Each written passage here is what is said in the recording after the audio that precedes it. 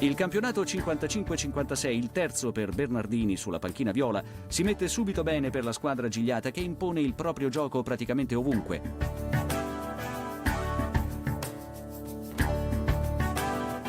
Già alla terza giornata coglie una storica vittoria a Torino con la Juventus per 4-0. Testa per Rosetta, croce per Boniperti. L'esito del sorteggio sarà uguale al giudizio del campo. Eppure la Juve non comincia male, scende Colella ma al momento del tiro calcia più l'erba che la palla. Scena di disperazione del bianconero e immediato contrattacco degli avversari. Gratton sorprende Viola e Montuori segue a catapulta. Gol! È il terzo minuto, i torinesi vanno in ginocchio, gli ospiti si sbracciano della contentezza. Si può pareggiare, Vairone all'occasione anche lui ma sbaglia la mira. La Fiorentina è a 1000, ecco un tiro del grande Giuligno, per fortuna il palo aiuta Viola. Subito dopo Giuligno accerchia il portiere invece di salirlo di fronte. Boldi allontana la minaccia ma Virgili piomba sul rimando e non perdona. 2-0, tutto in 17 minuti. Dall'altra parte un bel centro di Prest pesca alla perfezione la testa di Colella che perde un'altra bella occasione, ma stavolta c'è lo zampino del bravo Sarti. Ripresa 9 minuto, Magnini galoppa, spara e Viola è battuto per la terza volta, 3-0. E la Juve gioca male e con poca fortuna anche. Un tiro di Corradi sfiora il palo e poco dopo la folla ammutolita assiste all'ennesimo errore dei suoi. Sull'unico buco di Magnini, Prest, vecchio cannoniere a riposo, fa cilecca da pochi metri. E a 3 minuti dalla fine, quarta mazzata, Gratton rimette al centro, Nai tocca male di testa, Virgili fulmina ancora il volo, 4-0, una sconfitta gravissima per una Juventus quest'anno assai mediocre. Grande squadra la Fiorentina, degna di aspirare allo scudetto. Per lei applausi a non finire dallo sportivissimo pubblico torinese.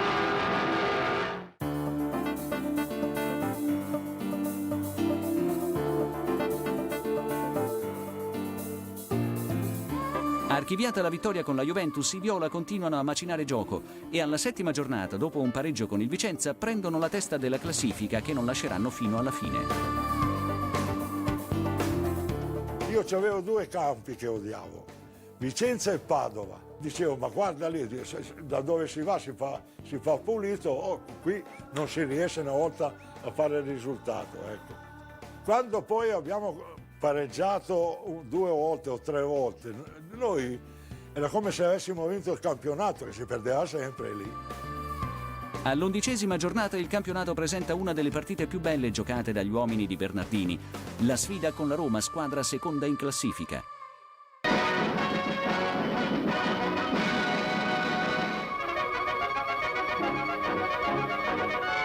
Ecco le due migliori squadre del campionato per la partita dell'anno. Lupa, magnateli, vivi o morti, gridano i 10.000 venuti da Roma, ma contro la grande Fiorentina, convocata poi quasi in blocco per la nazionale, anche la Lupa dovrà restare a digiuno. Per Panetti comincia subito un lavoro da Ercole, uscite, parate, respinte e ogni tanto un sospiro di sollievo, per esempio quando Virgili sbaglia l'alzo e spara troppo alto.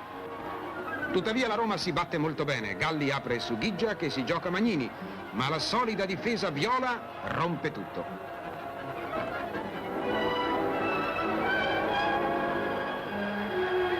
Poi torna la Fiorentina con questo bolide di Virgili deviato in angolo. E ancora la Roma con questa azione da manuale di Niers che fa fuori di nuovo con molta eleganza il bravo Magnini. Ed ecco il gol, testa di Virgili è 1-0. Siamo al 35° minuto del primo tempo. La Fiorentina è passata. Nella ripresa la Roma gioca praticamente senza Cardarelli ma attacca. Per fuorigioco l'arbitro annulla questo bel gol al volo di Costa.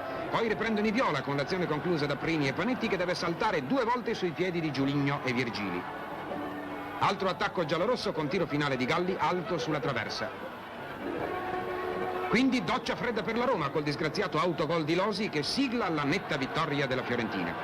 Sul finale i viola crescono ancora, palo di Gratton, nuovo tiro di Giuligno e replica stavolta sbagliata dello stesso Gratton.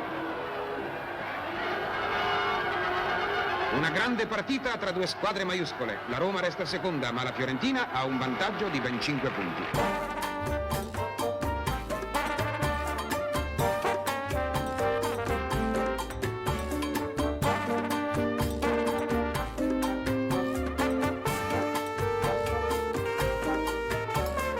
Il 31 dicembre poi la Fiorentina è protagonista della prima partita trasmessa in diretta dalla Rai. L'avversaria è il Napoli e ancora una volta la vittoria è rotonda. Un 4-2 che non lascia dubbi. Spari festosi di Mortaretti per Napoli-Fiorentina. La decisa sfuriata iniziale degli azzurri viene contenuta anche per la bravura del portiere Viola.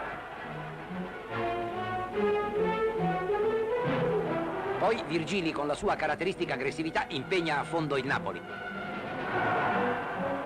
Ora va via Giuligno e stanga, ma l'acrobatico Bugatti salva la propria rete. Segnano i viola con Montuori che scarta Treré, poi il portiere è in sacco. Reazione azzurra, tiro di Vinicio, ma Sarti blocca a terra. È Bugatti a tuffarsi poi su quel bolide di Virgili. Nella ripresa la Fiorentina si porta a 2-0 con una secca sventola di Virgili. Su Mischia, Vitali accorcia le distanze, sorprendendo Sarti. Ogni difensore aveva un suo modo di reagire nei gol che subivo. Magnini girava la testa e se ne andava via. Rosetta diceva a Chiappella, ma non lo poteva prendere. Cervato invece aveva sempre un mezzo sorriso, come per dire stavolta t'han fregato. Una puntata di Pesaola viene ancora fermata dall'attento portiere Viola. Scappa Virgili. Da a Primi. Stangata. Devia Bugatti. Montuori mette dentro. 3-1 per la Fiorentina. Ancora fugge Virgili e con un bolide montante segna la quarta rete Viola. Attivo, Pesaola viene messo a terra in area.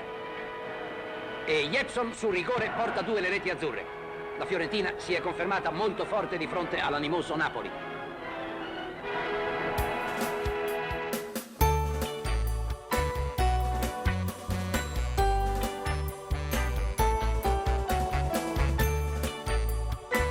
Alla 27esima di campionato si gioca poi la sfida scudetto con il Milan.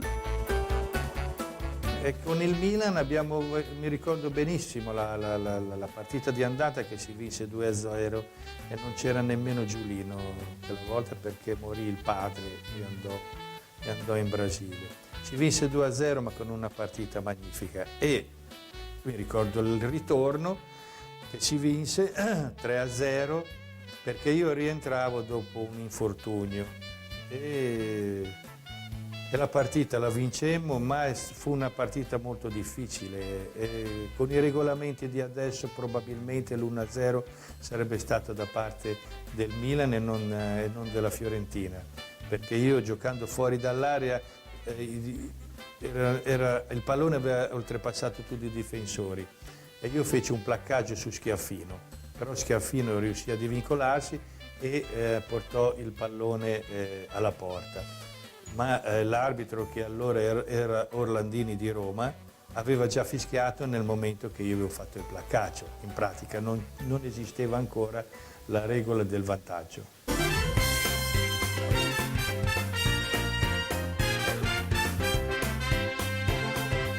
La Fiorentina si aggiudica il suo primo scudetto con ben 5 giornate d'anticipo. La squadra gioca a memoria e vola verso il suo primo storico titolo senza subire una sconfitta.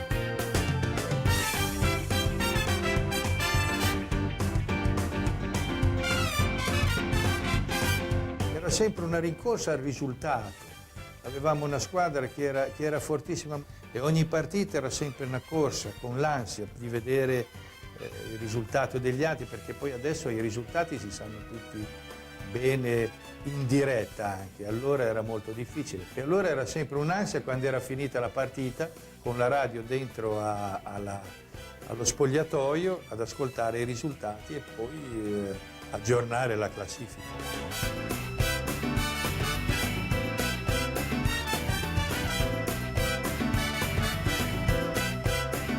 Il 27 maggio del 1956, la partita della festa è Fiorentina-Lazio, la penultima di campionato e ultima gara casalinga. La città si prepara così a gioire con i suoi campioni.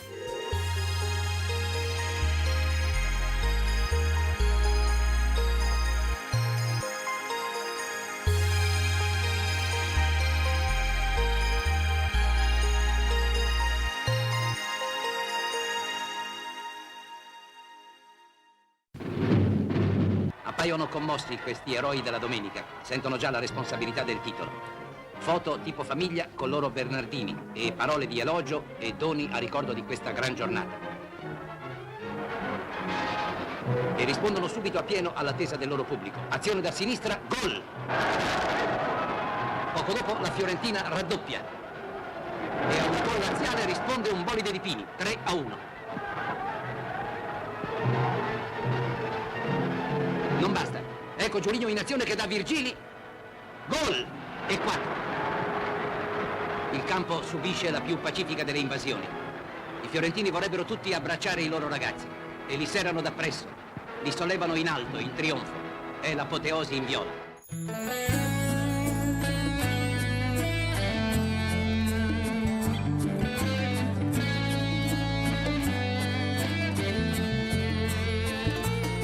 Quelli che trovavano i giocatori, 4 o 5, li alzavano, li mettevano sulle spalle e ci hanno portato fino allo spogliatoio. Ma era a pensare, mi viene la pelle d'oca perché bisognerebbe viverli quei momenti lì. E io, se mi capitasse di provare un'emozione come quella, è indimenticabile.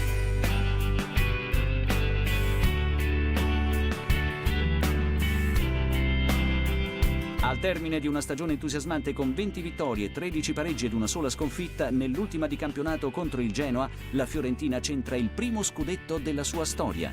Se pensiamo che in quel periodo chi vinceva lo scudetto, e credo l'avesse vinto il Milan, l'anno prima prendeva dai 30 ai 35 gol.